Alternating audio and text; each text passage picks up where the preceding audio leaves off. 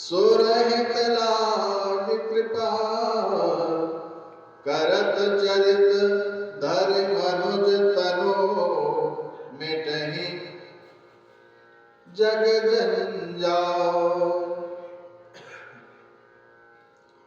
श्री रामचरितमानस में अयोध्या कांड का अर्थ है युवानी कांड, मतलब युवा कांड।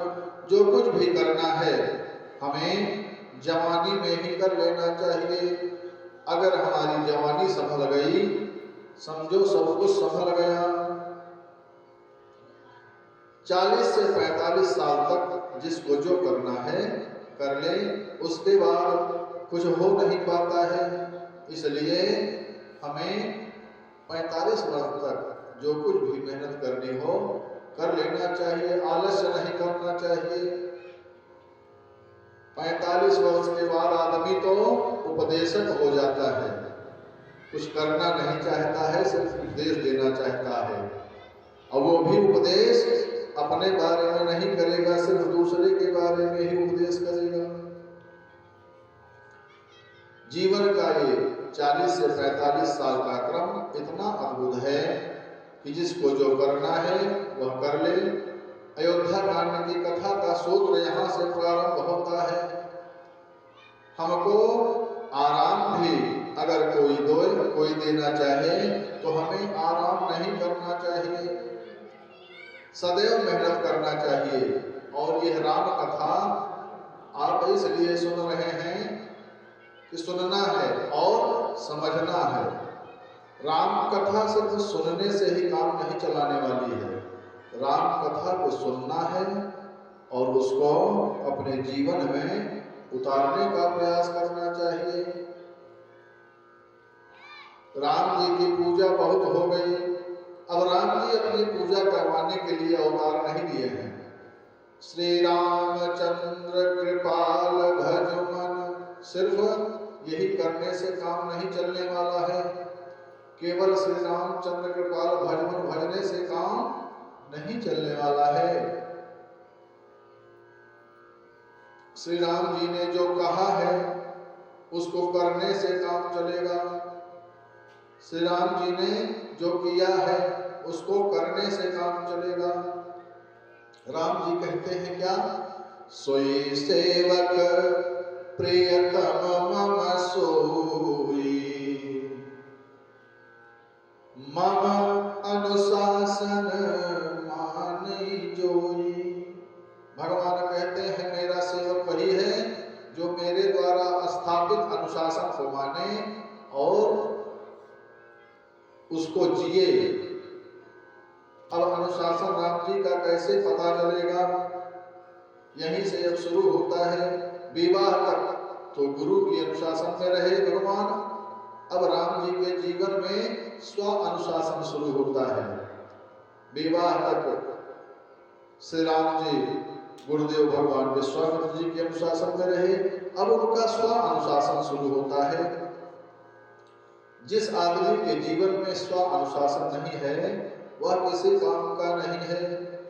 जीवन में स्व अनुशासन होना बहुत ही आवश्यक है। हर व्यक्ति को अनुशासित होना चाहिए, स्वयं में अनुशासित होना चाहिए। अब भगवान ने अवतार क्यों लिया? भगवान ने अवतार लिया विप्रधेन सुर संत हित लीन मनुज अवतार, और निज इच्छा निरमित तनु माया गुण गोपाल। भगवान ने ब्राह्मणों के लिए, गौ माता के लिए, देवताओं के लिए और संतों के लिए अवतार लिया है।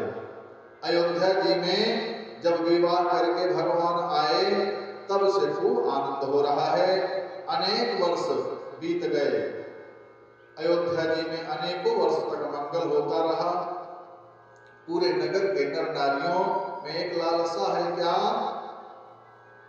कि अगर महाराज दशरथ जी अपने शरीर के रहते यदि श्री राम जी को युवराज पद पर बिठा दें तो कितना अच्छा होता।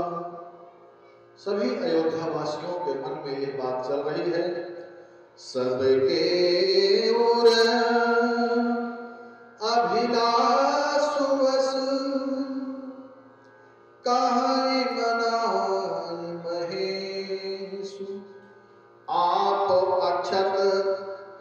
राजपद राम ही देव नरेश।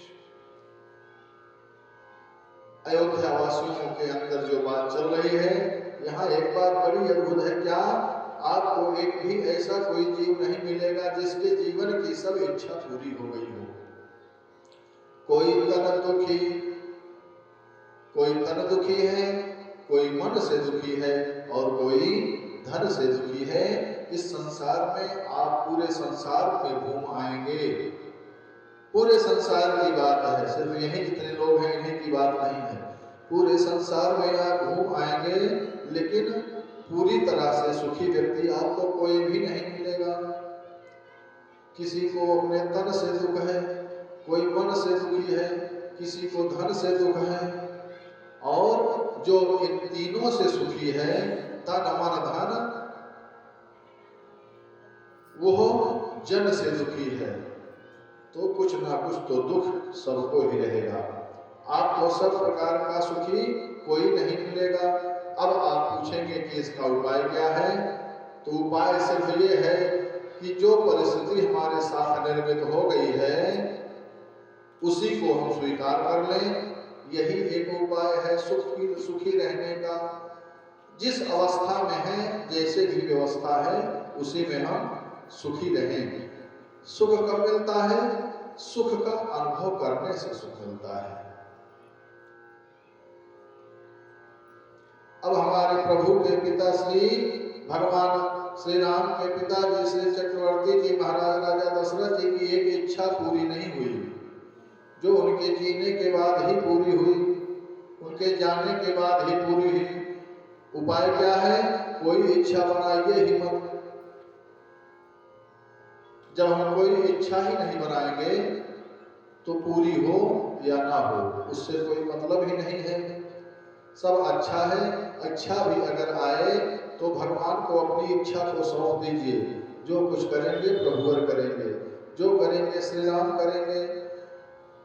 अपने सभी कार्यों को भगवान को अर्पित कर देना चाहिए और यही भाव रखना चाहिए, जेहि विधि होहि नाथ हित मोरा,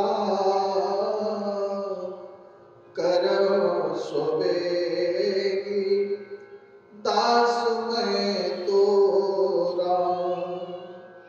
प्रभु से यही प्रार्थना करना चाहिए कि हे प्रभु, जिस प्रकार से इस जीव का कल्याण हो, इस शरीर का कल्याण हो, आप वैसा ही करिए। अब अयोध्यावासी नगर के लोग जो सोचे, दूतों के माध्यम से वो समाचार श्री चक्रवर्ती जी महाराज राजा दशरथ को मिला और वो समाचार सुन करके मन में सोच रहे हैं।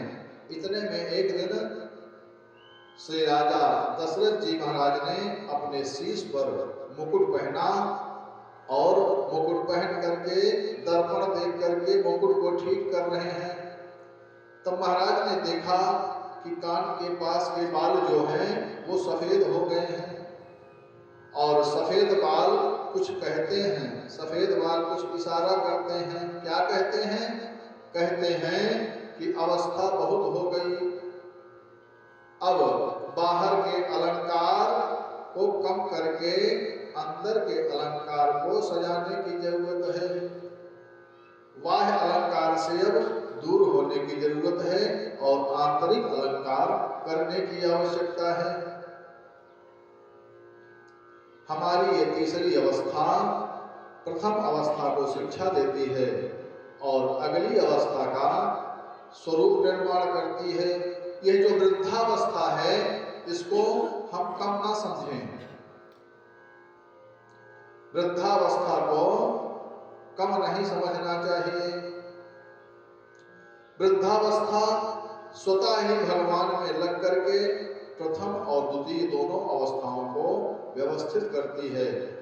हमारे रहने से, कहने से, करने से और भजने से सभी सीख लेते हैं। बड़े लोग जो करते हैं वही शिक्षा छोटे लोग लेते हैं। इसलिए बड़ों को सत्कार ही करना चाहिए। बच्चे सोचते हैं कि हमारे बाबा जी ने ऐसा किया, हमारे बाबा जी ने ऐसा किया था, हमारे बाबा ऐसा करते थे, ये कार्य करते थे। तो पूर्वजों के मार्गदर्शन पर, बड़ों के मार्गदर्शन पर बच्चे चलने का प्रयास करते हैं। अगर परिवार के बड़े लोग अच्छा करते हैं तो बच्चे भी अच्छा करते हैं, और वो कुछ गड़बड़ करते हैं तो बच्चे भी गड़बड़ ही करते हैं। इसलिए हमें सदैव सत्कार्य ही करना चाहिए, अपनों के लिए नहीं। हमें अपने लिए अच्छा कार्य करने की जरूरत नहीं है, अपने बच्चों के लिए अच्छा कार्य करना चाहिए। धर्माचरण, सही रास्ते पर हमें चलना चाहिए। क्यों? क्योंकि हमारे बच्चे भी उसी रास्ते पर चलेंगे। हम धर्म में रहेंगे तब हमें लोग श्रद्धा करेंगे, और श्रद्धा कब होती है?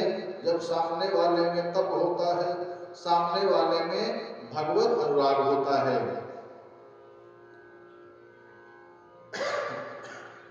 हमें अपनी कमाई जो है सत्कर्म में लगानी चाहिए।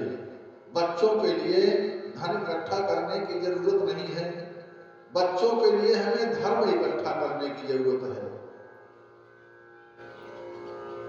और जो हमें हमारी कमाई है उसको सत्कार्य में लगाने की जरूरत है। कहाँ लगाने की जरूरत है? परहित सरिसा धर्म नहीं भाई, अपर पीड़ा सम नहीं धर्माई। परहित के समान कोई धर्म नहीं है। परहित पर कौन है? दूसरा कौन है? जिससे हमारा रक्त का संबंध नहीं है। यदि हम उसका हित करते हैं जिससे हमारा रक्त का संबंध नहीं है, कोई रिश्ता नहीं है, कोई नात रिश्तेदारी नहीं है, जब हम उसके लिए कुछ करते हैं तब वह परहित हुआ। एक संत जी कहते हैं, एक गीत के माध्यम से आइए हम ये जानने का प्रयास करते हैं। किसी के काम जो आए उसे इंसान कहते हैं। किसी के काम जो आए उसे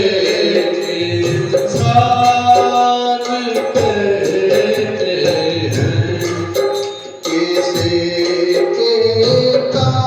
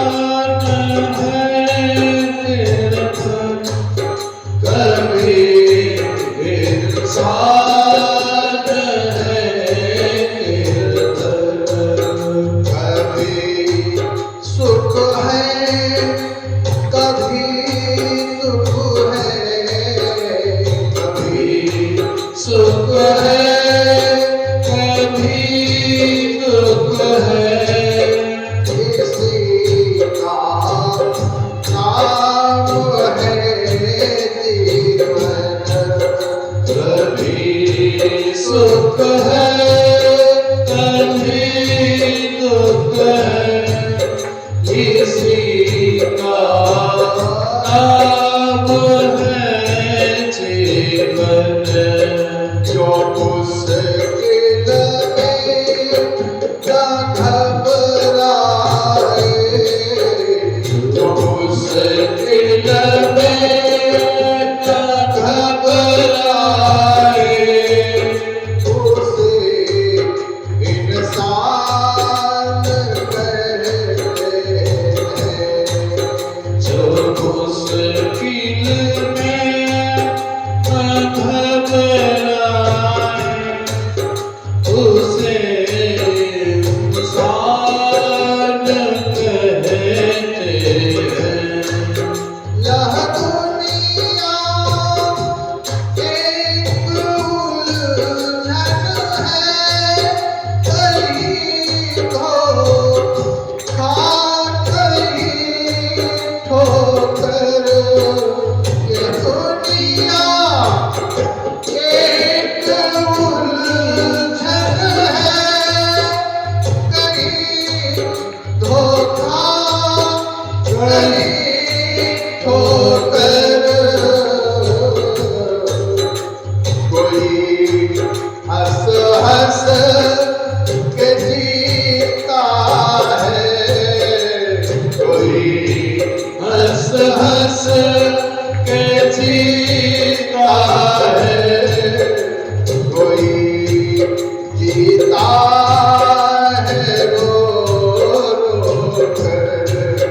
कोई हंस हंस के जीता है, कोई जीता है रो रो कर। जो गिर कर फिर संभल जाए, जो गिर कर फिर संभल जाए, उसे इंसान कहते हैं। इसी के काम जो आए, उसे इंसान कहते हैं। इसी के काम जो आए, उसे इंसान कहते हैं। अगर गलती रुलाती है, अगर गलती रुलाती है, तो राहें भी दिखाती है।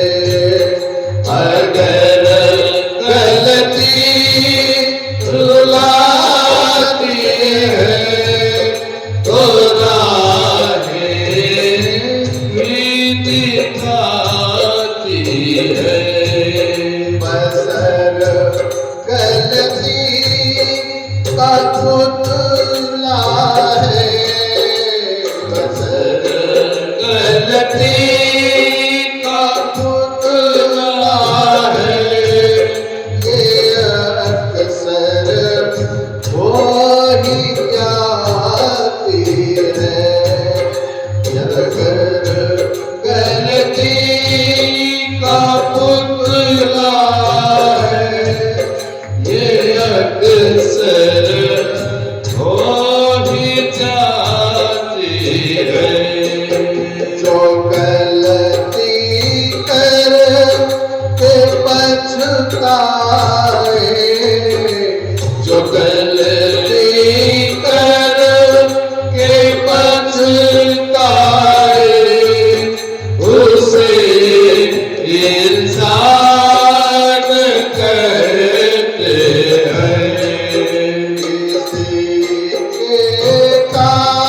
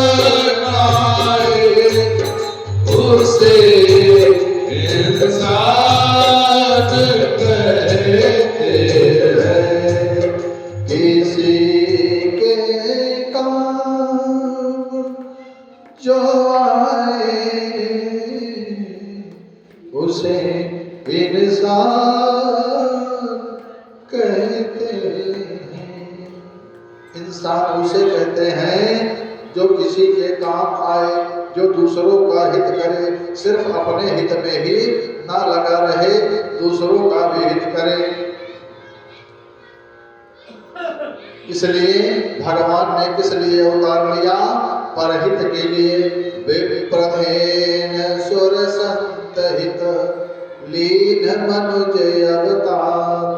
ब्राह्मणों के लिए, गौओं के लिए, देवताओं के लिए भगवान नारायण ने मनुष्य का अवतार लिया है। कथा आप सब जानते हैं। श्री चक्रवर्ती जी महाराज के मन में विचार आया। क्या विचार आया? कि निप जुबराज राम कह देहु, जीवन जन्म लाभ किन केहु। और फिर महाराज दशरथ जी गुरुदेव भगवान श्री वशिष्ठ जी के चरणों में जाकर के निवेदन करते हैं, कहते हैं श्री गुरुदेव भगवान से, भगवान गुरुदेव से निवेदन करते हैं और गुरुदेव भगवान ने कहा क्या? बेग विलंब न करिय साजिय सब है समान, असुदिन सुमंगल तब ही जब राम हो ही जुबराज। राजा दशरथ जी गुरुदेव के पास जाते हैं और निवेदन करते हैं कि हे गुरुदेव, अयोध्या वासियों की भी इच्छा है और हमारी भी इच्छा है कि राम को अब युवराज बना दिया जाए। तो गुरुदेव कहते हैं कि हे राजन, अब विलंब ना करिए, शुभ कार्य करने में देरी नहीं करना चाहिए और सही दिन, सही मंगल की घड़ी वही है जब राम जी युवराज होंगे। वही सही समय है। महाराज ने सखियों से राय किया और रचना बनाने लगे। इधर गुरुदेव भगवान श्री राम जी के पास गए और राम जी से कहा, क्या? राम करहु सब संयम आजू, अज्ञान विधि कुशल निभाए काजू। गुरुदेव के जाने के बाद प्रभु श्री राम सोचने लगे कि हम चारों भाईजन में एक साथ खेले हैं, एक साथ चूड़ाकरण, जनेऊ, विवाह संस्कार हम चारों भाइयों का एक साथ हुआ। फिर 3 भाई को छोड़ करके ये राज सत्ता केवल मुझे क्यों मिल रही है? फिर राम जी की प्रेरणा से देवताओं ने माँ सरस्वती जी को प्रेरित करके भेजा और माँ सरस्वती मैया मंथरा के जिह्वा पर आ गई। नाम मंथरा मंदमती, चेर कई के अब अजस पेटारी ताहि कर गई गिरामति फेर। मैया सरस्वती जी मंथरा की बुद्धि फेर दी और मंथरा ने कैकेयी की बुद्धि फेर दी। अवधराज सुर राजु सिहाई, दशरथ धनु सुनी धन दूल जाए। ऐसी संपत्ति, ऐसा राज समाज छोड़ करके पूज्य माँ जी के द्वारा पिताजी के वचनबद्धता लेने के कारण राम जी वन चले गए। जब दशरथ जी राम जी को युवराज बनाने की योजना बना रहे हैं और मंथरा कैकेयी मैया को जाकर के उनकी बुद्धि फेर दी। कैकेयी मैया ने राम जी को वनवास और भरत जी को राज्य मांग लिया। ऐसी संपत्ति, ऐसे राज समाज को छोड़ करके माँ जी के द्वारा पिताजी के वचनबद्धता लेने के कारण राम जी वन चले गए। किस लिए चले गए वन? सुरहित लागी कृपा, देवताओं के हित के लिए, ब्राह्मणों के हित के लिए, संत समाज के हित के लिए भगवान वन को चले गए। आगे की कथाएं तो आपको पता ही है। कथा रचना भगवान की, राम जी वन चले गए, साथ में मैया जानकी जी और भैया लक्ष्मण जी वन को गए। कारण क्या है? केवल तप हेतु गए हैं, तपस्या करने के लिए गए हैं। जगत के मर्यादा की और श्रुति के मर्यादा की और समाज को जीवन देने के लिए तप की शिक्षा देने हेतु प्रभु वन को गए हैं। राम जी वन चले गए तो माता जी क्यों वन को गई? यही मर्यादा है। स्कंद पुराण में ऐसा कहा गया है कि पत्नी योग्य है तो पति की अनुमति से चाहे तो घर में अपने पुत्र और पुत्रवधू के साथ रहे, नहीं तो तप के समय पत्नी को भी पति के साथ चलना ही चाहिए। आज जो पूछते हैं कि सीता जी क्यों वन में गई, अगर यदि नहीं जाती तो वही लोग ये भी कहते कि राम जीवन में रहे और सीता महल में रह रही है। तप सरल नहीं है, तपस्या सरल नहीं है। राम जी तप करने वन में चल दिए और लक्ष्मण भैया अपने को राम जी से अलग नहीं मानते हैं, इसलिए लक्ष्मण भैया भी श्री राम जी के साथ चल दिए। बारहते निज हित पति जानी,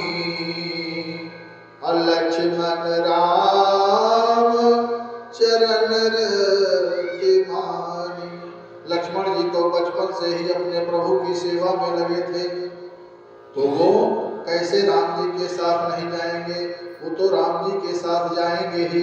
और इधर श्री चक्रवर्ती जी महाराज राजा दशरथ जी ने सुमंत जी से कहा कि हे सुमंत जी, रथ लेकर के आप जाइए और इनको 4 दिन घुमा टहला करके राम जी को वन का दर्शन करा करके फिर समझा बुझा करके वापस लेकर के आइए।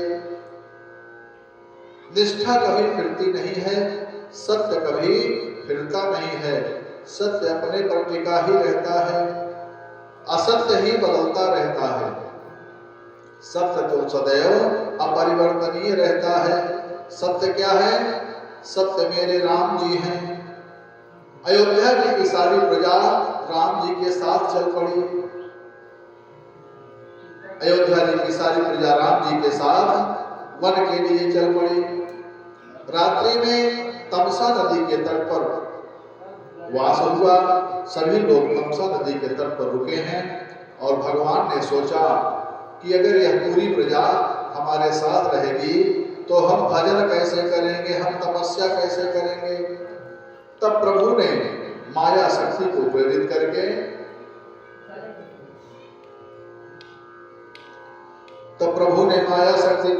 करके सबको वहीं तमसा नदी के तट पर सुला दिया। सब लोग सो गए। तब प्रभु ने सुमंत जी से कहा कि रथ के चिन्हों को मिटा करके रथ आगे ले चलिए और मेरे प्रभु भगवान श्री राम, लक्ष्मण जी और मैया जी गंगा जी के तट पर पहुंचे हैं।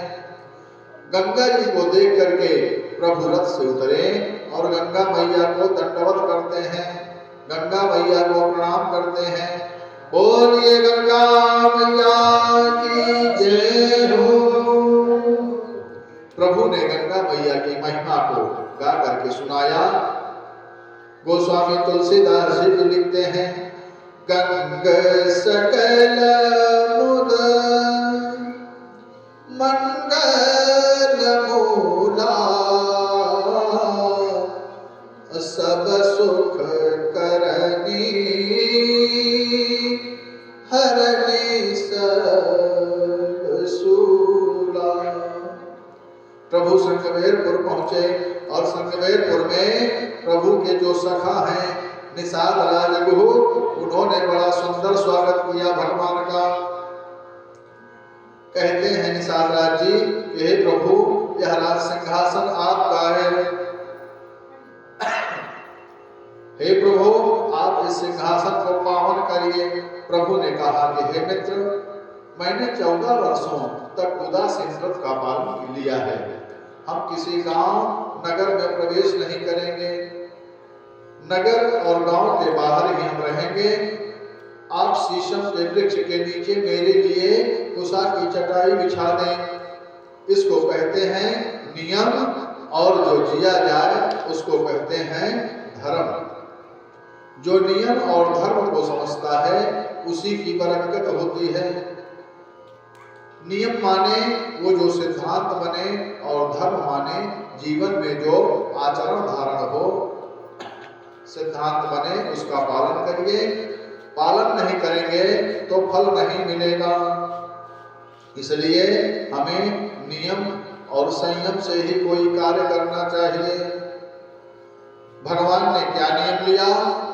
तापस वेश विसेखी उदासी, 14 बरिस राम बनवासी।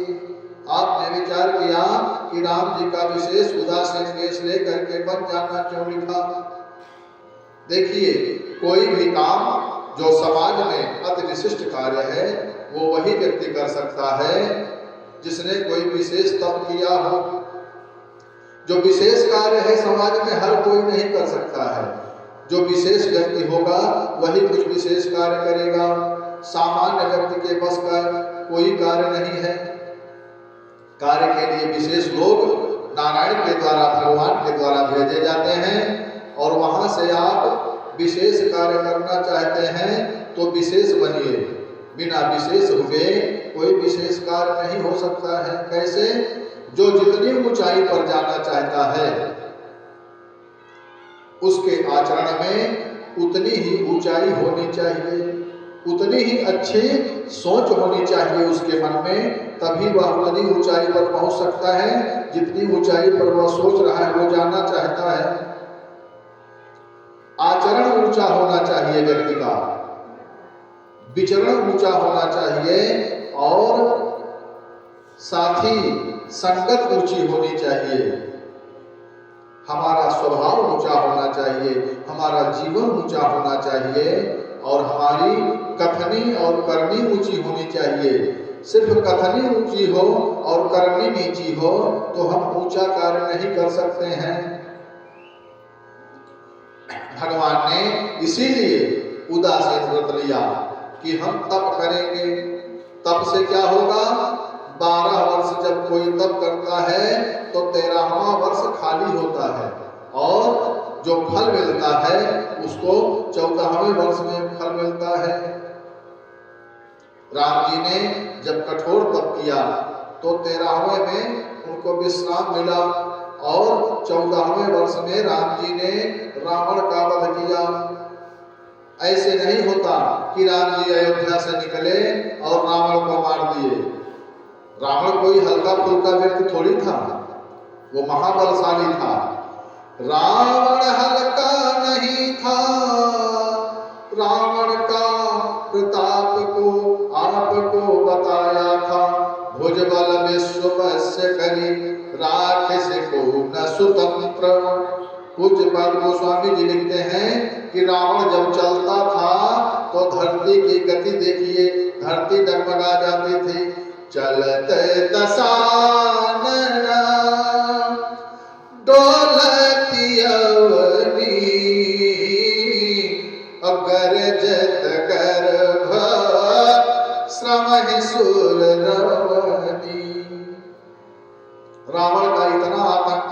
रावण जब लंका में गरजता था तो देवताओं की देवांगनाओं के गर्भ गिर जाते थे, गर्भ स्रवित हो जाते थे।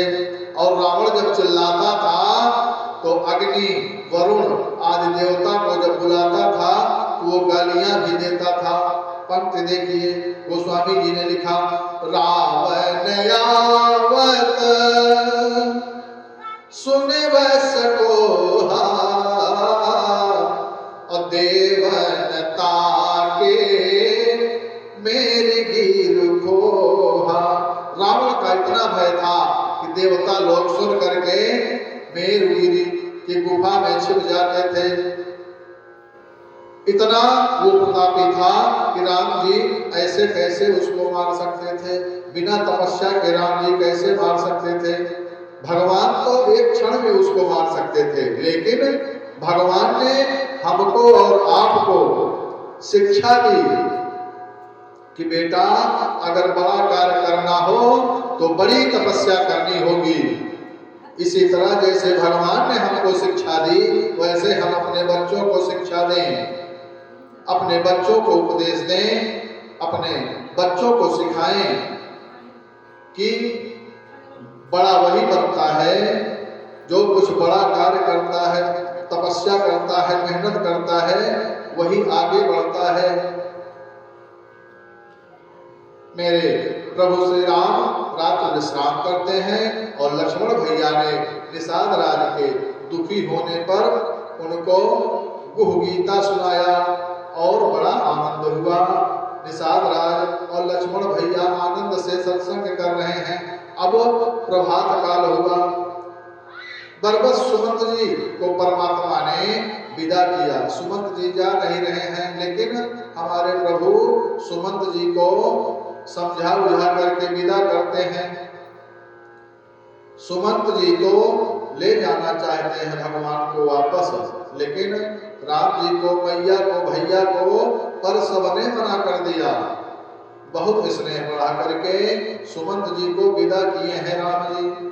अब हमारे परमात्मा गंगा जी के पावन तट पर पधारे हैं। श्री राम जी गंगा जी के तट पर पधारे, जहाँ भगवान का परम भागवत भक्त केवट भगवान की प्रतीक्षा कर रहा है। भगवान का इंतजार करिए, भगवान अवश्य आएंगे। अगर हम सच्चे भाव से भगवान की भक्ति करेंगे और भगवान का इंतजार करेंगे तो हमारे पास भी भगवान अवश्य आएंगे।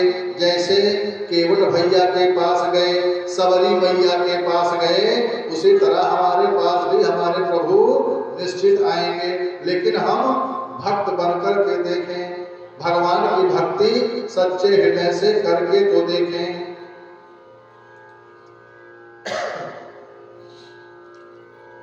जो बुलाएगा उसके पास ही भगवान आएंगे।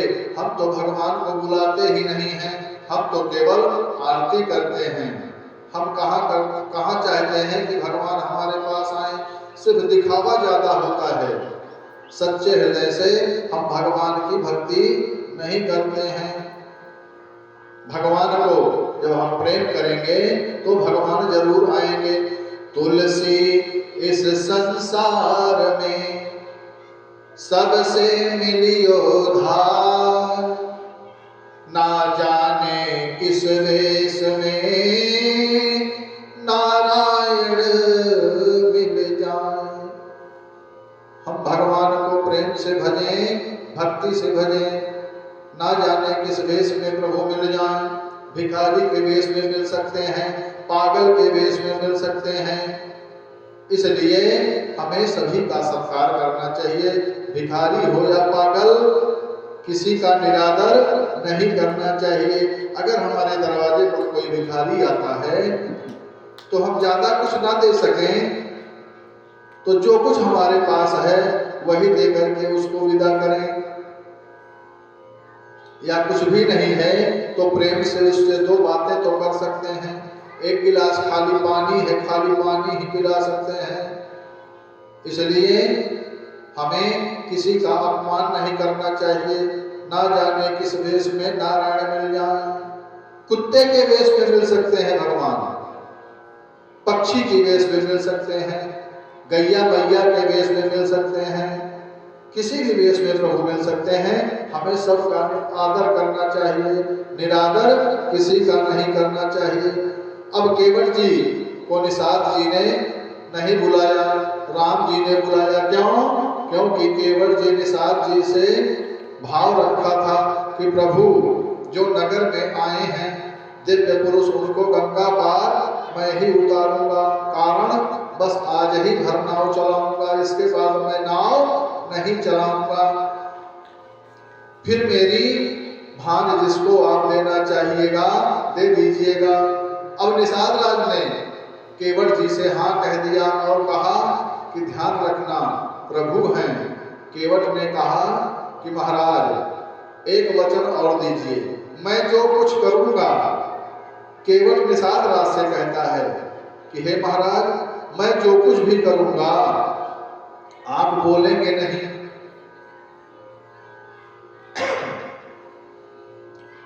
निषाद राज कहते हैं नहीं बोलूंगा, हमको क्या पड़ी है, तुम कर लेना जो तुम्हारी इच्छा हो। अब निषाद राज को वचनबद्ध करके केवट नाव लेकर के गंगा मैया के बीच धार में खड़ा हो गया है। गंगा जी का स्मरण करें और एक बार हम सब बोले गंगा मैया की जय हो। जब जब हम स्मरण करते हैं गंगा मैया का तब तब हमारा कुछ पाप कट ही जाता है।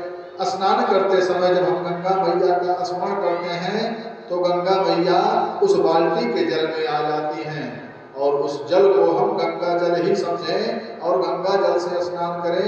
हमारे कुछ न कुछ पाप तो अवश्य ही कट जाएंगे। और अगर यह मंत्र आवे तो स्नान करते समय हम इस मंत्र का जप करें। इस मंत्र को जरूर बोले। कौन सा मंत्र? गंगे च यमुने चैव गोदावरी सरस्वती नर्मदे सिंधु कावेरी जलेस्मिन् सन्निधिं कुरु। और अगर मंत्र नहीं आता है तो हम ऐसे ही गंगा मैया, यमुना मैया, नर्मदा मैया, सरस्वती मैया, कावेरी मैया, सिंधु मैया सबका ध्यान कर लें। सभी नदियों का स्नान करते समय तो ऐसा पुण्य हमको मिलता है जैसे हम कुछ क्षण इन्हीं नदियों में ही स्नान कर रहे हैं। यह स्नान का मंत्र है, सभी नदियों का स्मरण हो जाता है और उसके बाद हम अपने ऊपर जल डालें, समझें कि हम इन्हीं नदियों में स्नान कर रहे हैं। अब केवट भैया गंगा जी के अंदर खड़े हैं और राम जी बुलाए हैं केवट भैया को। मेरे बाबा तुलसीदास जी की लेखनी मुस्कुरा गई। क्या बाबा कहते हैं, मागी नाव न केवल ट्रुआना, कहे तुम्हार मरम में जाना। जय जय श्री सीताराम।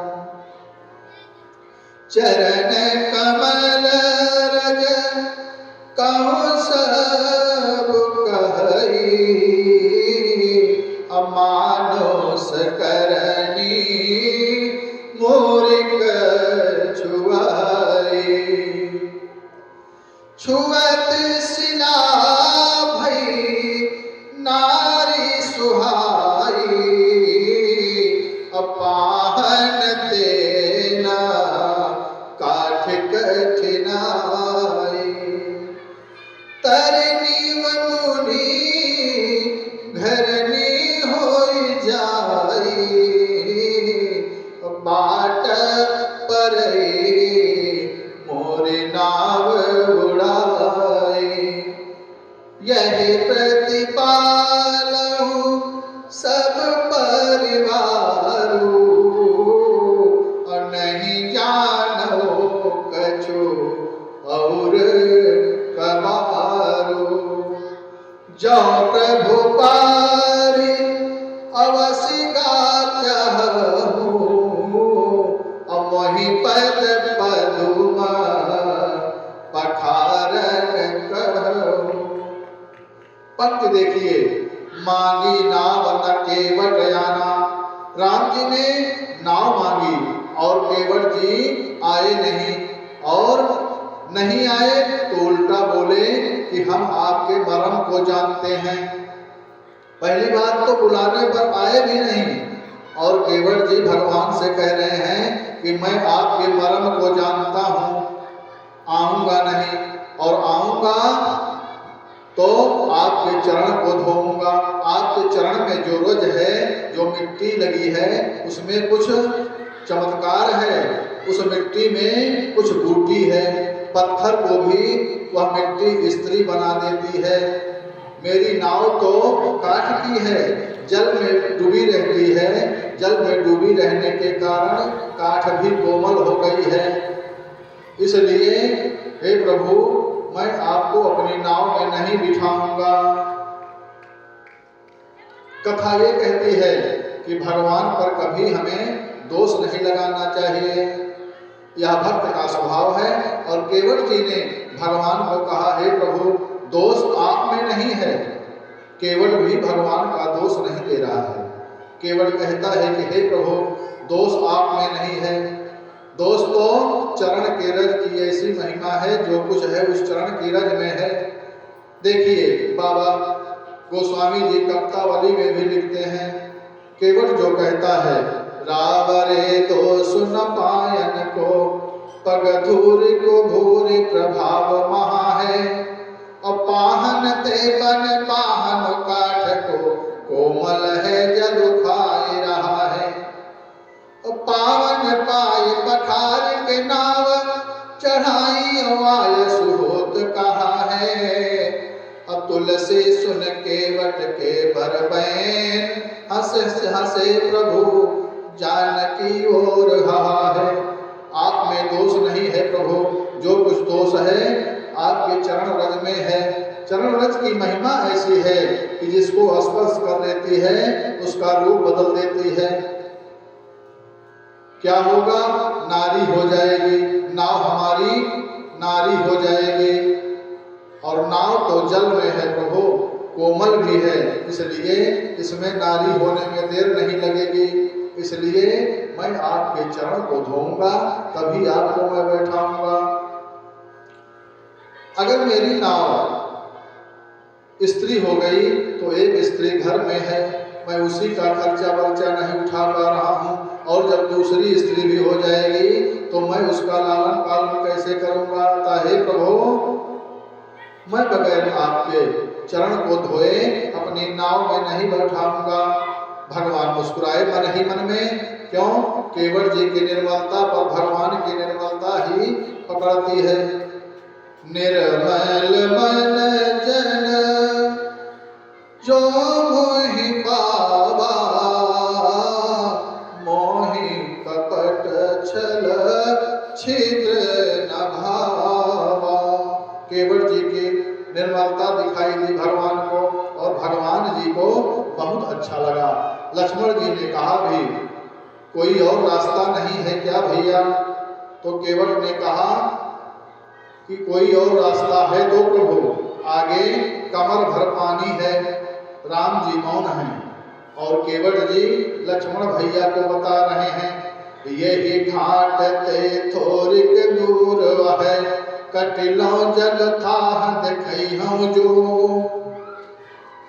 अपर से पग दूर तरे तरनी, धरनी धर क्यों समुझई हूँ जो, तुलसी अवलंब नयर कछु, ललिता कहि भात जिहई हूँ जो, अबर मारिए मोही बिना पग धोए हो, नाथ नाव चढ़ई हूँ जो। केवट जी ने कहा कि अगर आप जाना ही चाहते हैं तो बगल में कमर भर पानी है, आप कैसे चले जाइए, और अगर नाव में चलना है तो मैं बगैर आपके चरण धोए नाव में नहीं बैठाऊंगा। जाओ प्रभु पार अवसिकार चाहूं, मोहि पद पदुम पखारन कहूं।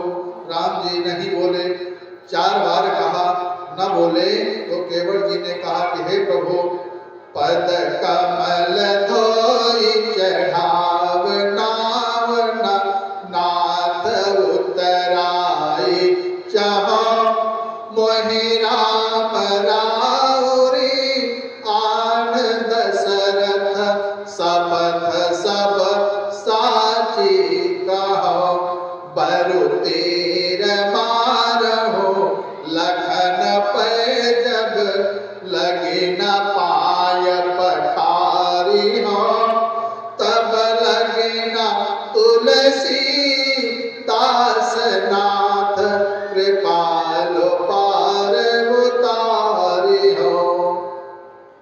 हे प्रभु, मैं आपके कमलवत चरण धोऊंगा, तब नाव पर चढ़ाऊंगा, आपको पार उतारूंगा।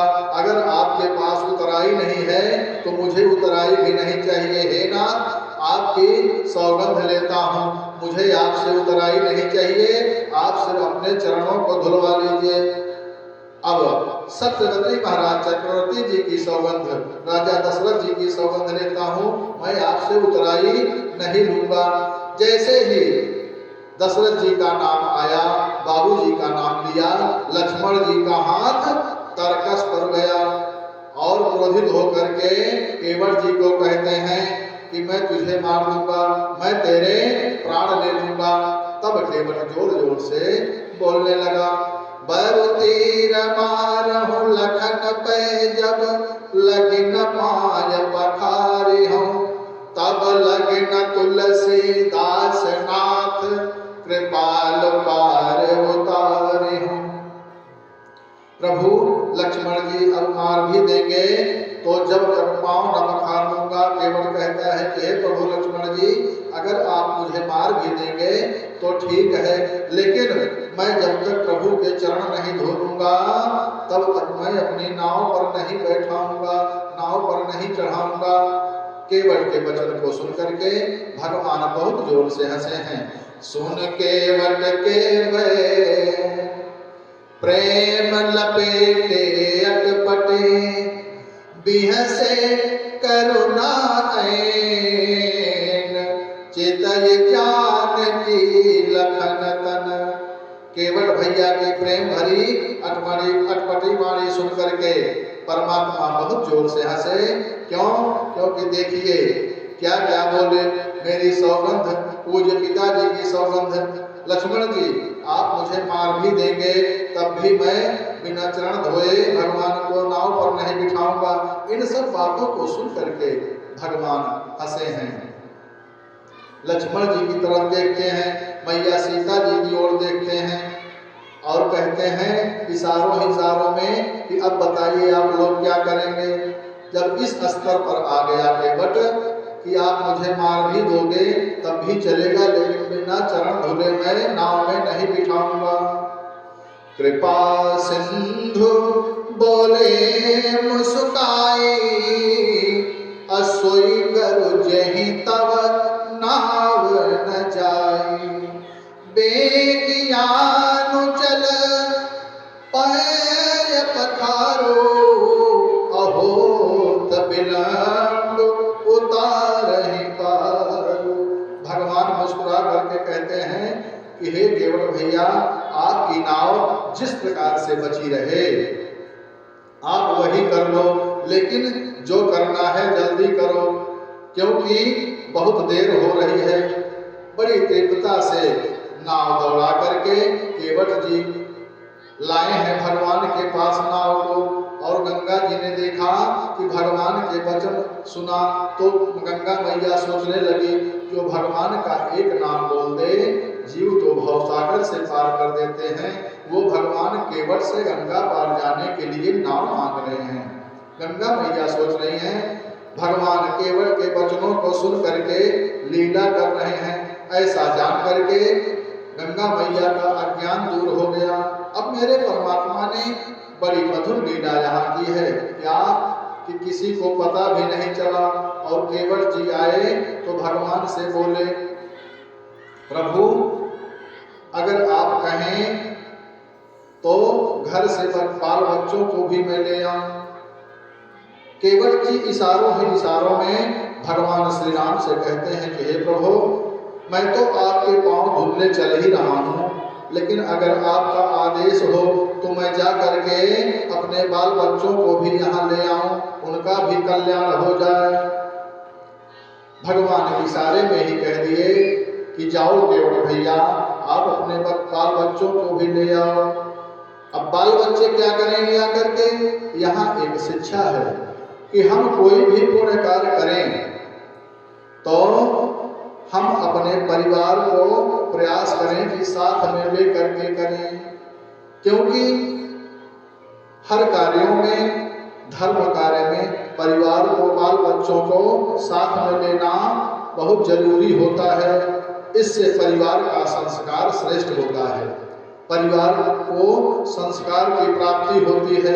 भगवान ने अनुमति दिया, केवट भैया अपने घर गए और पत्नी बच्चों को साथ ले आए और कठौता में गंगा जल ला करके सम्मुख रखे। अब कहते हैं केवट भैया कि प्रभु अपने पांव को रखिए। भगवान ने पांव को अपने कठौते में रख दिया और केवट भैया ने अपने परिवार सहित प्रभु के चरण को धुला। पांव पखारते जाते हैं और चरणामृत पीते जाते हैं। भगवत चरणोदक तीर्थ है और भगवान का चरणोदक हमको आपको तार देता है इस भव सागर से, इसलिए भगवान के चरणामृत को लेना चाहिए। भगवान का चरणोदक 3 ऋणों से पूर्ण कर देता है। कौन कौन? परिवार में शालिग्राम जी की सेवा हो तो सेवा करके घर से बाहर जो भी जाए चरणामृत लेकर के भेजना चाहिए, जाना चाहिए। परिणाम जो नित्य भगवत चरणामृत प्राप्त करता है उसकी कभी अकाल मृत्यु नहीं होती है। अकाल मृत्यु हरणम सर्वव्याधि विनाशनम श्री राम पादोदकम पीत्वा श्री रामं भक्तिं प्रकल्पते। भगवान के चरणामृत लेने से पुनर्जन्म होगा ही नहीं, क्या होगा? मुक्ति हो जाएगी। जिस इष्ट की हम सेवा करें उस इष्ट का स्मरण करें।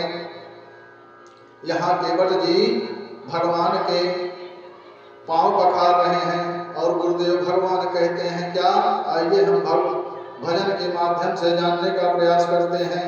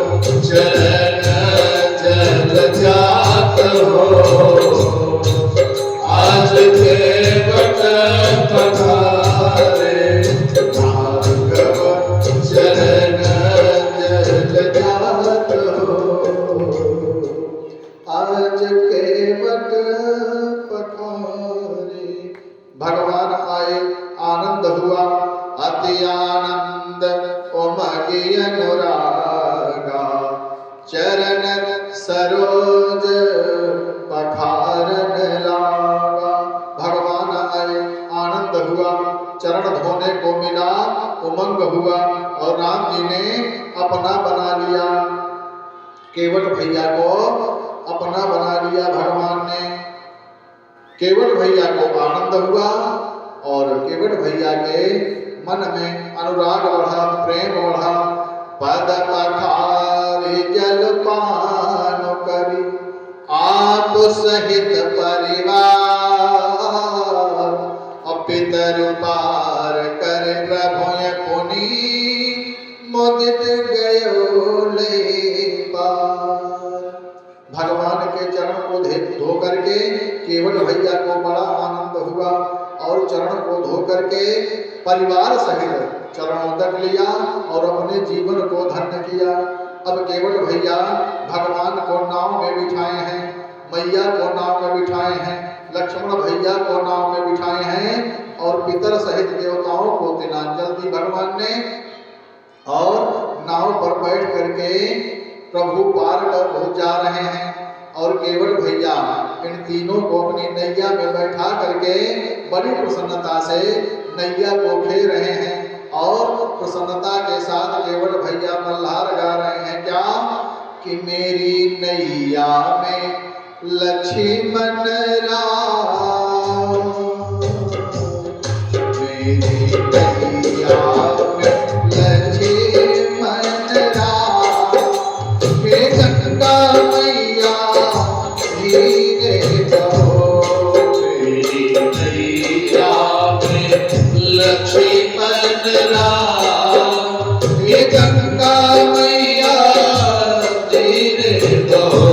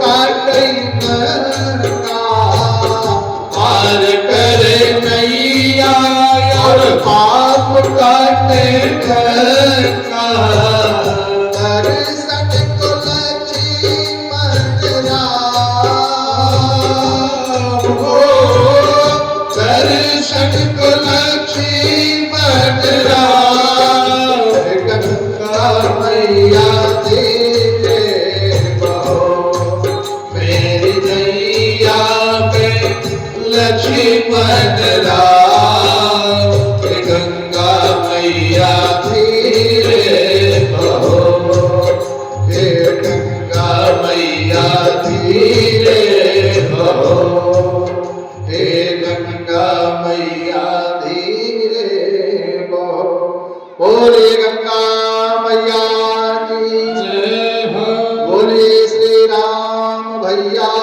की जय हो बोलिए लक्ष्मण भैया की जय हो बोलिए सीता मैया की जय हो जय जय श्री सीताराम।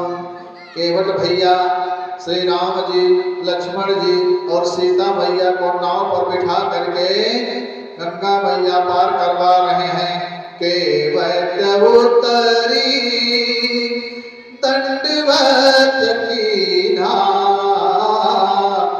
प्रभु सकुच नहीं कछु दीना पियहि सिय जानी निहारी अमन मुदरी मन मुदित उतारी कहे कृपाल लेहि उतराई केवट चरण गहे कुलाई केवट चरण गहे कुलाई। केवट जी ने भगवान श्री राम मैया जी और लक्ष्मण भैया को नाव से गंगा मैया से पार उतारा और केवट जी ने इनको पार उतार करके दंडवत किया दंडवत प्रणाम किया। अब भगवान को संकोच हुआ कि इन्हें हमने कुछ दिया नहीं।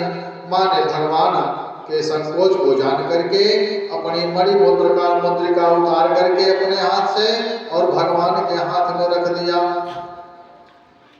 पिय हिय की सिय जान निहारी अपने पिया की मन की बात को जान करके पति के हृदय के मन को जान करके मैया ने मुदरी उतारी। पति के हृदय को जानने वाली मेरी माता ने मुद्रिका उतार दी और भगवान ने मांगा भी नहीं और माँ जान भी गई। कैसे जान गई? पति का हृदय पत्नी के पास रहता है और पति का मन पत्नी के पास रहता है। इसलिए मैया जान गई और अपनी मुदरी को उतार करके भगवान को दिया। केवट जी का भगवान में इतना प्रेम है कि कुछ कह नहीं पा रहे हैं। भगवान मुद्रिका दे रहे हैं और केवट जी ले नहीं रहे हैं। केवट जी भगवान के श्री चरणों में लेटे हैं। गजब की झांकी है। आगे केवट जी ने प्रभु से कहा कि हे प्रभु, चारों व्याधि दूर हो गई हमारी। कौन कौन सी? मिटे दोष, आंख से दोष दर्शन समाप्त हुआ, दुख जो मन में था सब समाप्त हो गया। ध्यान रखिएगा, यह सुख और दुख महसूस करने की व्यवस्था है। अब कछु नाथ न चाहिए मोरे दीन दयाल अनुग्रह तोरे। मेरे प्रभु केवट भैया को देख करके मंद मंद मुस्कुरा रहे हैं। तो केवट भैया ने कहा, देना ही है तो हे प्रभु, जो आप मुदरी दे रहे हो मैं उसको नहीं दूंगा। अगर देना ही है आपको तो फिर दीवार मोहि जो देवा असो प्रसादु मैं सिर धरि लेवा।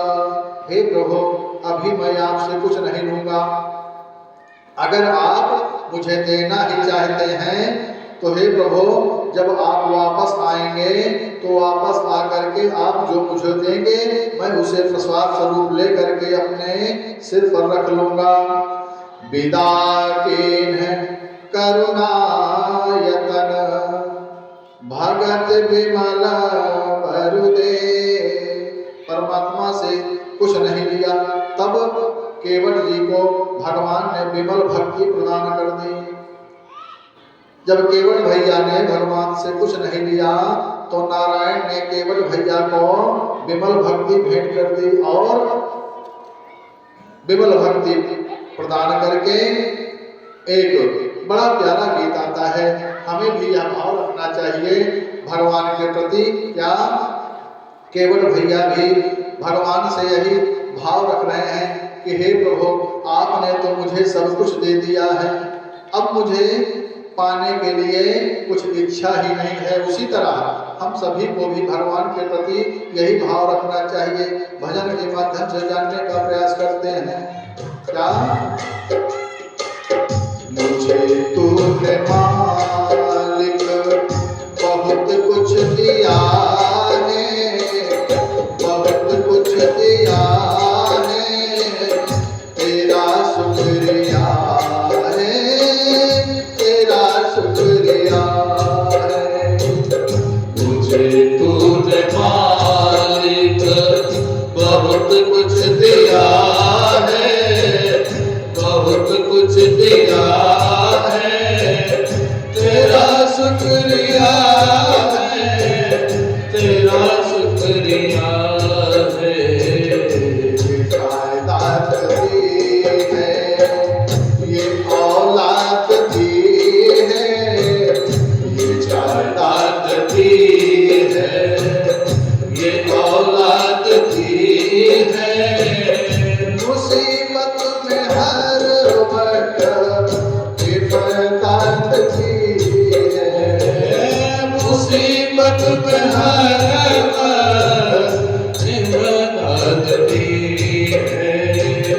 तेरा ही दिया मैंने खाया पिया है, तेरा ही दिया मैंने खाया पिया है। तेरा शुक्रिया है, तेरा शुक्रिया है, तेरा शुक्रिया है, तेरा शुक्रिया है। मिलती अगर दी हुई दात तेरी, हुई दात तेरी, तो क्या थी जमाने में औकात मेरी। न मिलती अगर दी हुई दात तेरी, तो क्या थी जमाने में औकात मेरी। ये बंदा तो तेरे, ये बंदा तो तेरे सहारे जिया है, सहारे जिया है। तेरा शुक्रिया है, तेरा शुक्रिया है। मुझे तूने मालिक बहुत कुछ दिया है, बहुत कुछ दिया है, तेरा शुक्रिया है, तेरा शुक्रिया है। तेरा शुक्रिया है, तेरा शुक्रिया है। मेरा ही नहीं तू तो सभी का है दाता। मेरा ही नहीं तू तो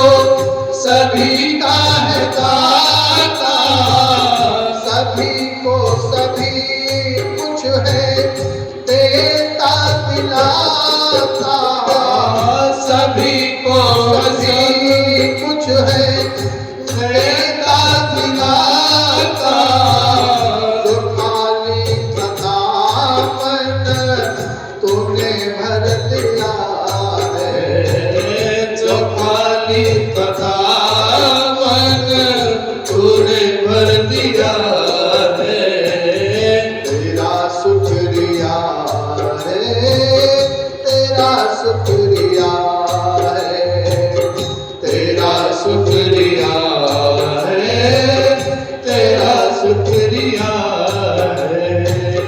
तेरी बंदगी से मैं बंदा हूँ मालिक, तेरी बंदगी से मैं बंदा हूँ मालिक, तेरे ही करम से मैं जिंदा हूँ मालिक, तेरे ही करम से मैं जिंदा हूँ मालिक।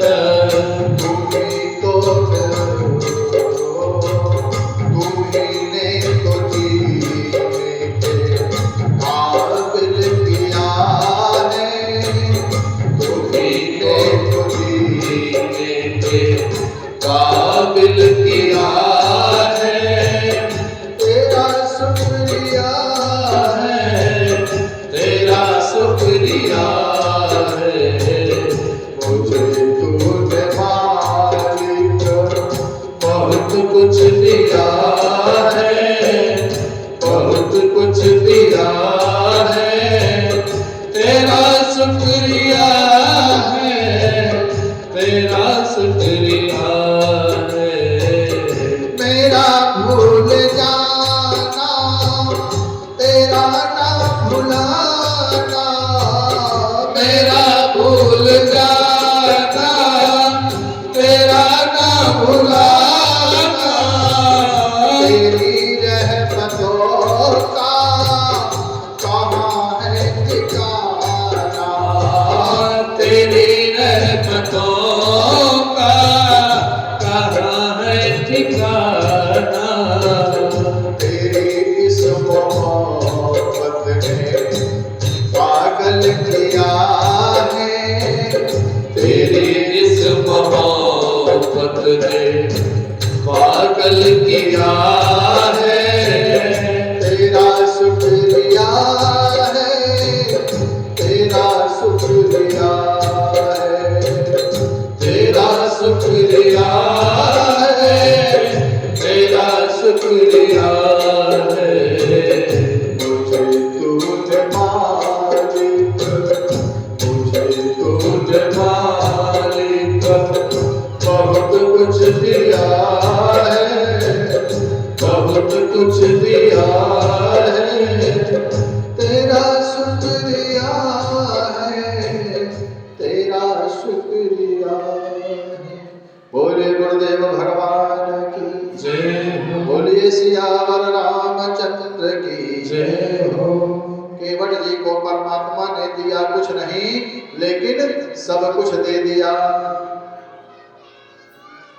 केवट भैया ये महसूस कर रहे हैं कि भगवान ने हमको सब कुछ दे दिया। क्या? जब जीव को विमल भक्ति मिल जाती है ना, तो समझिए सब कुछ मिल गया। और देखिए कितनी निष्ठा है। केवट जी ने कहा फिरती बार, हे भगवान जब आप वापस आना तब हमको दे देना जो आपकी इच्छा हो। रचना नहीं बनाई माँ ने, मैया सीता जी ने रचना बनाई। क्या? माँ ने रचना बना दिया वापसी आने का। क्या? मैया ने गंगा जी से प्रार्थना किया, सीता मैया ने गंगा जी से प्रार्थना किया कि हे गंगे मैया, पतिदेव और मेरे देवर सहित लौट करके कुशलता पूर्वक जब लौट करके आएंगे, अब अयोध्या वापस आऊंगी, तो हे मैया गंगा मैया ठीक इसी घाट पर के आ करके मैं आपकी पूजा करूंगी। गंगा मैया ने वापसी का विधान बना दिया, सीता मैया ने वापसी का विधान बना दिया। कैसे पूरा होगा? वापसी की व्यवस्था कैसे पूरा होगी? मैया ने सोचा कि मेरे प्रभु ने तो संकल्प ले लिया। केवट भैया ने कह दिया कि वापसी जब आएंगे तो आप जो मुझे देंगे हम ले लेंगे। और भगवान ने कहा ठीक है।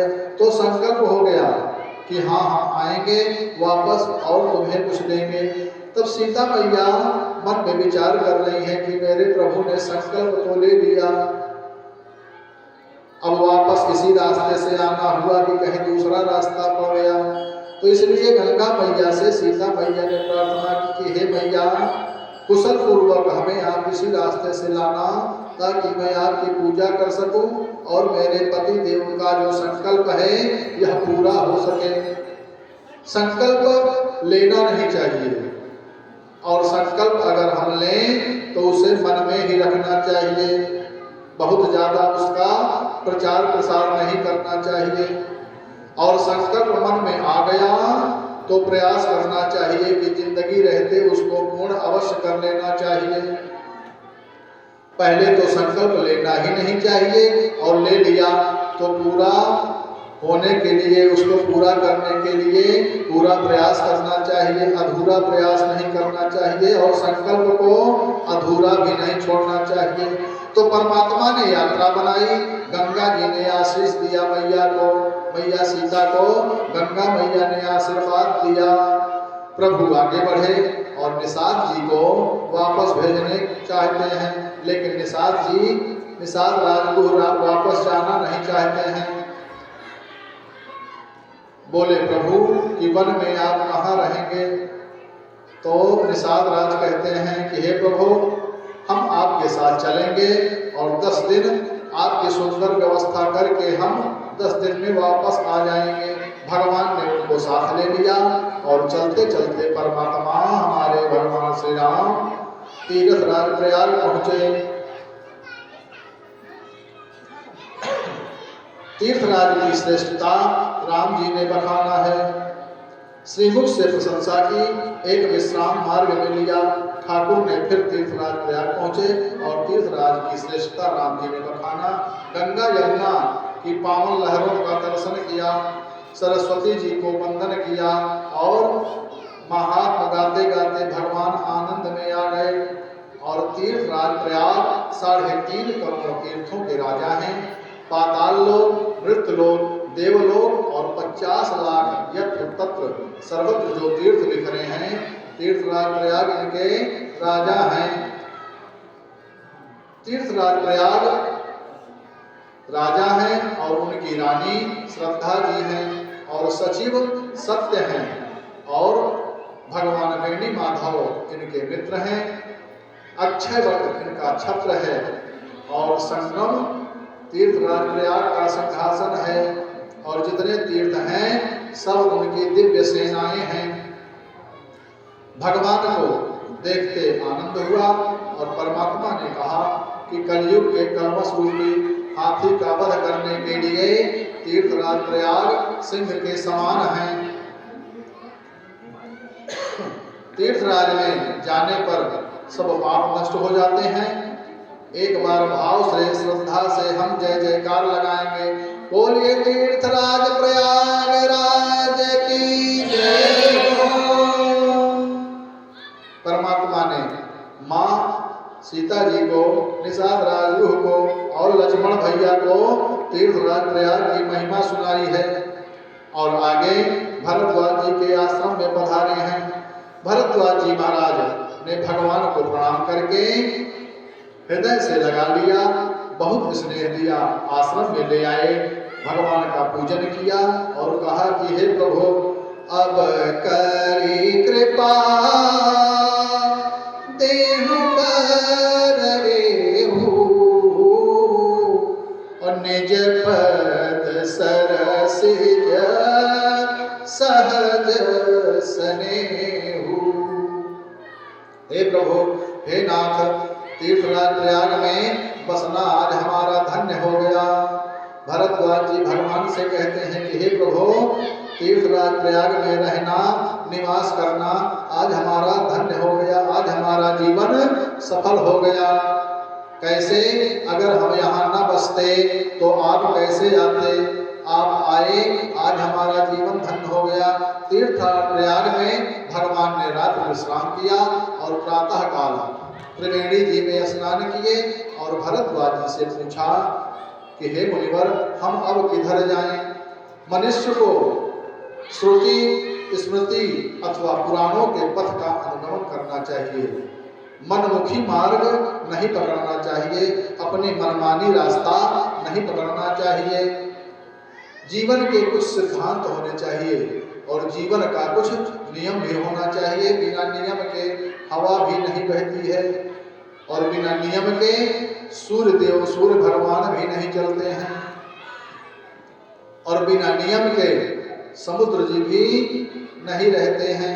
बिना नियम के चंद्रमा भी कहाँ दिखते हैं। सबका नियम निश्चित है। प्रातः स्मरणीय ब्रह्मानंद महाराज जी के माध्यम से एक भजन है। उस भजन के माध्यम से हम भी जानने का प्रयास करेंगे भगवान की महिमा क्या है। ईश्वर तेरे दरबार की महिमा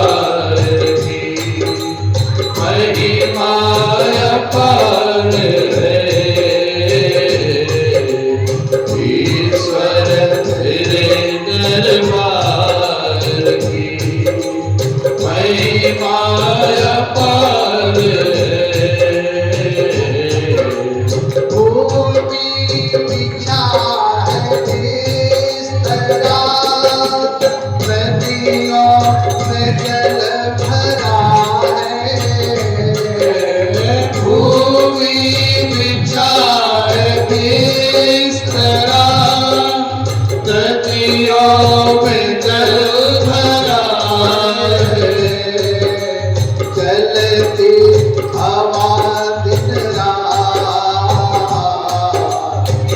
जीवन का आधार है।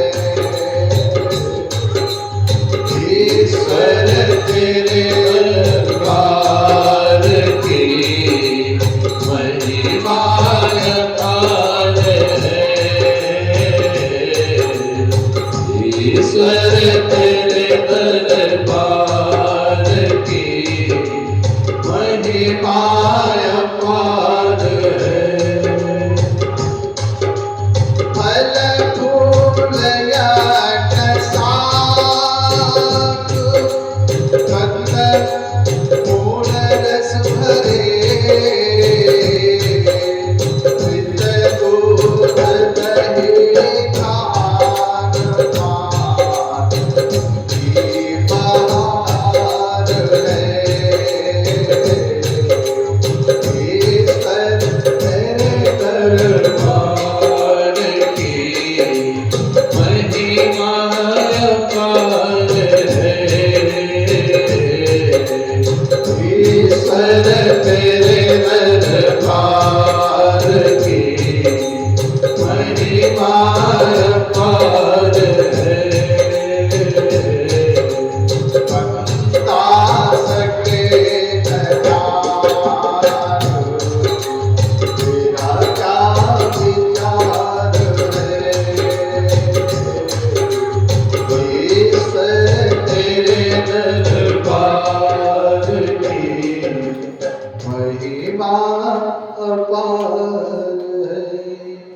बोलिए सियावर रामचंद्र की जय हो। जय जय सीताराम। सब कुछ नियमबद्ध होना चाहिए, हम भी नियम में बंधे होने चाहिए। जीवन नियम में बंधा रहेगा तो आनंद आएगा जरूर। परमात्मा प्रातःकाल जगे हैं और भरद्वाज जी से पूछा, और भरद्वाज जी ने कहा कि हे प्रभु, आपको सब मार्ग सुगम है, मैं आपको कौन सा रास्ता बताऊं, आप तो सब कुछ जानने वाले हैं। फिर भी शिष्यों को बुलाए भरद्वाज जी, और भरद्वाज जी ने 4 वेद भगवान जी से कहा, जाइए प्रभु, अपने शिष्यों को बताया कि जाइए मार्ग दर्शन कीजिए और परमात्मा मार्ग में लोगों को आनंदित करते हुए, सुख प्रदान करते हुए आगे बढ़ते हैं। बाबा वाल्मीकि आश्रम में पहुंचे हैं। भगवान देखत बन सरसैल सुहाए, वाल्मीकि आश्रम प्रभु आए। राम तीख मुनिवास सुहावन, सुंदर गिररि कानन जल पावन। सरन सरोज बिटप बन फूले, गुंजत मंजो मधुप रस भूले। सोचे सुंदर आश्रम बिरखी, हर से राजीव ने। असुनि रघुबर आगमन मुनि, आगे आयोले। बाबा वाल्मीकि के पास राम जी पहुंचे हैं, यहाँ भी रात्रि विश्राम किया। अब वाल्मीकि से भगवान श्री राम जी ने अपने निवास का स्थल पूछा। 3 ऋषियों की गाथा है, स्मरण रखिएगा। 3 ऋषियों ने तीन ऋषियों से भगवान ने 3 बात पूछी है। कौन कौन सी? श्रेष्ठ ऋषि श्रेष्ठ से भरद्वाज जी से चलने का मार्ग पूछा कि हे ऋषिवर, हम किस रास्ते से जाएं, किधर जाएं। और वाल्मीकि जी से निवास पूछा कि हे ऋषिवर, हम कहाँ रहें। और ऋषि श्रेष्ठ अगस्त जी महाराज से रावण को मारने का मंत्र पूछा है कि हे ऋषिवर, मैं रावण को कैसे मारूं। वस्तुतः जीने का और रहने का और जाने का ढंग हमें संत महापुरुषों से ही जानना चाहिए। कौन बताएगा हमें मार्ग? जो इसका विचार करेगा वही तो बताएगा। संसारी अपने मार्ग का विचार करता है। हे बच्चों शांत रहो। संसारी अपने मार्ग का विचार करता है, लेकिन महापुरुष पुरुषार्थ के मार्ग का विचार करते हैं। इसलिए भगवान ने पूछा, बाबा वाल्मीकि जी ने भगवान राम जी को निवास के 14 स्थान बताए हैं। यहाँ आपको संक्षेप में बता करके आगे बढ़ने का प्रयास किया जाएगा। बाबा वाल्मीकि जी ने कहा कि हे राम जी, पहले तो आप ये बताइए कि आप कहाँ नहीं हैं, तब हम आपको बताएं कि आपको कहाँ रहना है। हे प्रभु, आप कहाँ कहाँ नहीं हैं, पहले वह स्थान बताइए कि जहाँ आप नहीं हैं, तो जो स्थान बचेगा मैं वही बताऊंगा, आपको वहीं रहना है। पूछे हो मोहि कि रहूं कहाँ, और मैं पूछत सकुचाऊं, और जहाँ न हो तहाँ देव कहीं, तो मैं देखाऊं। हे राम जी, आप ये बताइए कि आप कहाँ नहीं हैं। तब भगवान श्री राम जी ने सिर को झुका लिए। क्यों? आप तो सब समझते हैं बाबा, लेकिन हम लीला स्वरूप में आए हैं। भगवान कहते हैं वाल्मीकि जी से कि हे प्रभु, हे ऋषिवर, आप तो सब जानते हैं, लेकिन हम यहाँ लीला रूप में आए हैं, तो मुझे तो बसना पड़ेगा। बाबा वाल्मीकि जी कहते हैं कि जिनके कान का स्वभाव समुद्र सा हो, कथा रूपी नदियाँ कान में गिरे, वो हृदय भरे नहीं, वहाँ आप रहिए। आँख का स्वभाव चातक सा हो, निदर है सरित सिंधु सर भारी, और बिंदु जहो ही सुखारी। हे प्रभु, उनका हृदय आपके लिए उत्तम स्थान है, और जिनकी जिह्वा आपके यश रूपी दिव्य सरोवर में हंसनी के समान गुण स्वरूप मोती को चुने, अर्थात आपके ही नाम का संकीर्तन जिसकी जिह्वा करे, गुण संकीर्तन में लगे हों। हे राम जी, आप उनके हृदय में आपका वास हो, और सुगंध आपको अर्पित करके ले, वहाँ आप रहिए। भोजन जो आपको भोग लगा करके लें, श्रेष्ठ को देख करके जिसका सिर झुक जाए, हाथ से आपकी सेवा करे, चरण से आपके तीर्थ की यात्रा करें, और हे राम जी, आप वहाँ आपका वास हो। जो मनसा वाचा कर्मणा आपका हो जाए, हे प्रभु, आप उसके हृदय में वास करें। आपके मंत्र राज का जो जप करे, तीर्थ करे, व्रत करे, ब्राह्मण देवताओं को भोजन करा करके बहुत प्रकार से दान दे, सारे सत्कर्म करने के बाद केवल एक बात मांगे, हे प्रभु, आपके चरणों में प्रेम बढ़े, और उनके मन रूपी मंदिर में जानकी जी के साथ आप दोनों भाई सहित वहाँ विराजे। सब कर मांगहि एक फल, राम चरण रति हो, और तिनके मन मंदिर बसहो, सिय रघुनंदन दो। भगवान की पूजा अपनी पूजा से भी सरल है। अपनी पूजा में कितना समय लगता है, स्नान करने से लेकर के बाहर निकलने का समय लगता है। तो जो भी समय हो, हम भगवान की चरण शरण में रहें। ऋषि अगस्त जी ने भगवान को रहने का स्थान बताया। अगस्त जी ने भगवान को चित्रकूट धाम बताया, वहीं रहने का स्थान बताया। वाल्मीकि जी ने भगवान के रहने का स्थान बताया, और अगस्त जी ने रावण के मरने का मंत्र दिया। 3 ऋषियों से 3 प्रकार की बातें भगवान ने पूछी। आज की कथा अब यहीं विश्राम होती है, क्योंकि समय बहुत हो चुका है। हमारे परम स्नेही मेरे भैया श्री एस.एन. तिवारी जी लालगंज से पधार करके यहाँ तक पहुँचे हैं। इनका बड़ा ही उत्तम भाव रहता है। आप पंडित नागेश दत्त पब्लिक स्कूल के प्रिंसिपल हैं, और आपकी कृपा, आपका स्नेह हर यज्ञ में पहुँचने का बना रहता है। आप सबके ही सहयोग से यह संकल्पित 108 यज्ञ पूर्ण हो रही है। आप सबके स्नेह से ही, आप सबके बल से ही यहाँ परम बल मिलता है। और आप सबके ही बल से यह यज्ञ आगे बढ़ रही है। आप सबके आने से परम सुख मिलता है। बोलिए सियावर रामचंद्र की जय हो। बोलिए श्री महादेवन धाम की जय हो। आइए हम सभी भक्तजन मिलकर के श्री हनुमान चालीसा का पाठ करेंगे। उसके बाद आरती। आज की कथा यही विश्राम लेती है। हम सभी भक्तों से निवेदन करते हैं कि जो भक्तजन कथा पंडाल में उपस्थित हैं सभी साथ में श्री हनुमान चालीसा का पाठ करेंगे। जिनको हनुमान चालीसा आता है वो साथ में पाठ करेंगे और जिनको नहीं आता है वो शांति से पाठ को सुनेंगे।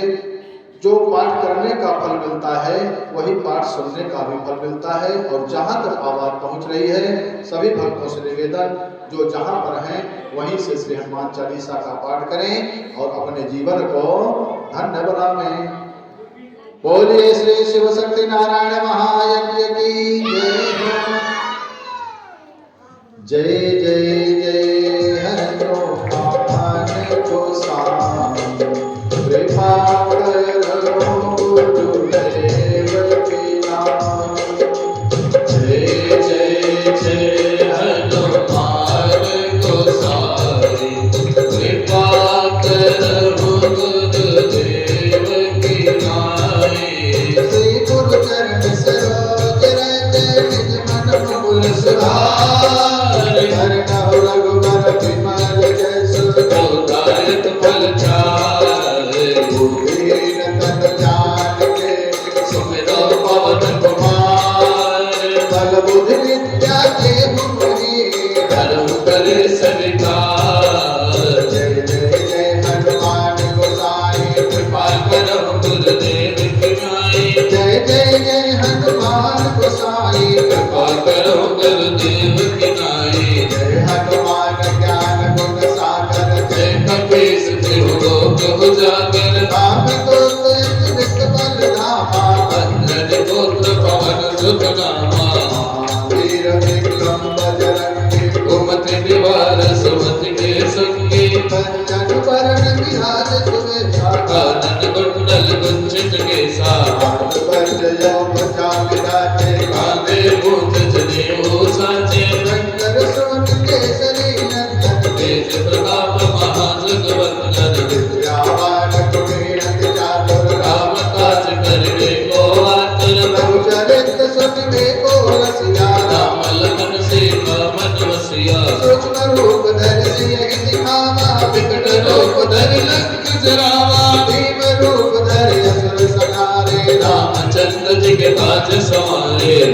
सजीवन लखन जियारे। श्री रघुवीर हर्ष उर लाए। रघुपति कीन्ही बहुत बड़ाई। तुम मम प्रिय भरत सब भाई। सास बदन तुमरो जस गावै। जस कहि श्रीपद कंठ लगावे। सनकादिक बहकादिक नीसा। नारद सारद सहित यही सा। विभिन्न दिक्पाल जहाते। कवि कोविद कहि सके कांचे। तुम उपकार सुनिवै कीना। राम बिलाए राजपद दीना। रूप मंद विधि जगमाता। लंकेश्वर भय सब जग जाना। जुग सहस्त्र जो जड़ पर भानु। दिव्यवकारि मधुर फल जाना। मुद्रिका मेल मुख माहे। जल दिलांग गए अचरज नाहि। दुर्गम काज जगत के जेते। सुगमय लोक तुम्हारे जेते। राम दुआरे तुम रखवारे। होत न आज्ञा बिनु पैसारे। सब सुख लहै तुम्हारी सरना। तुम राजन काहू को डरना। आपन तेज समारो आपै। तीनों लोक भागते कापै। भूत पिशाच निकट नहीं आवे। महावीर जब नाम सुनावे। नासै रोग हरै सब पीरा। जपत निरंतर हनुमत वीरा। संकट ते हनुमान छुड़ावे। मन क्रम वचन ध्यान चलावे। सब पर राम तपस्वी राजा। जिनके काज सकल तुम साजा। और मनोरथ जो कोई लावे। सोए अमित जीवन फल पावे। चारों जुग पर आप तुम्हारा है। है पर सिद्ध जगत उजियारा। साधु संत के तुम रखवारे। असुर निकंदन नाम दुलारे। अष्ट सिद्धि नव निधि की दाता।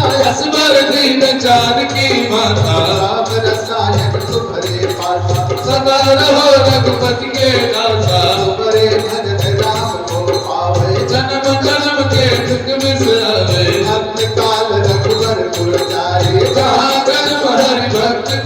पाई और देवता चेतन धरे हनुमत से सर्व सुख करे संकट कटे मिटे सब पीरा जो सुमिरै हनुमत बलवीरा जय जय जय हनुमान गोसाई कृपा करो गुरुदेव की नाई जो सत बार पाठ कर कोई छूटहि भक्ति मास कोई गोया पर हनुमान वाली सब होय सिद्ध साखी गौरी सा तुलसीदास सदा हर जय राजी जय नाथ जय माडेरा जय जय जय हनुमान गोसाई कृपा करो गुरुदेव की नाई जय जय जय हनुमान गोसाई कृपा करो गुरुदेव की नाई पवन तनय संकट हरण मंगल मूर्ति रूपा मामल खन सीता सहित हृदय बसंसुर भूपा जय जय जय हनुमान गोसाई कृपा करो गुरुदेव की नाई जय जय जय हनुमान गोसाई कृपा करो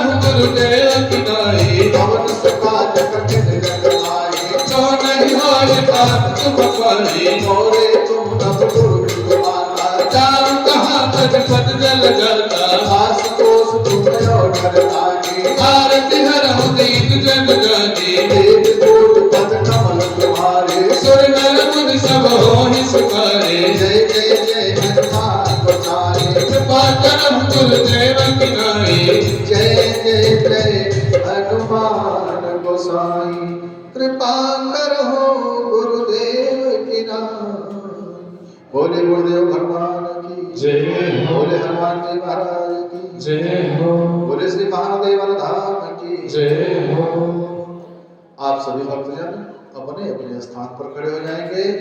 आरती की थाल आप तक पहुंच रही है।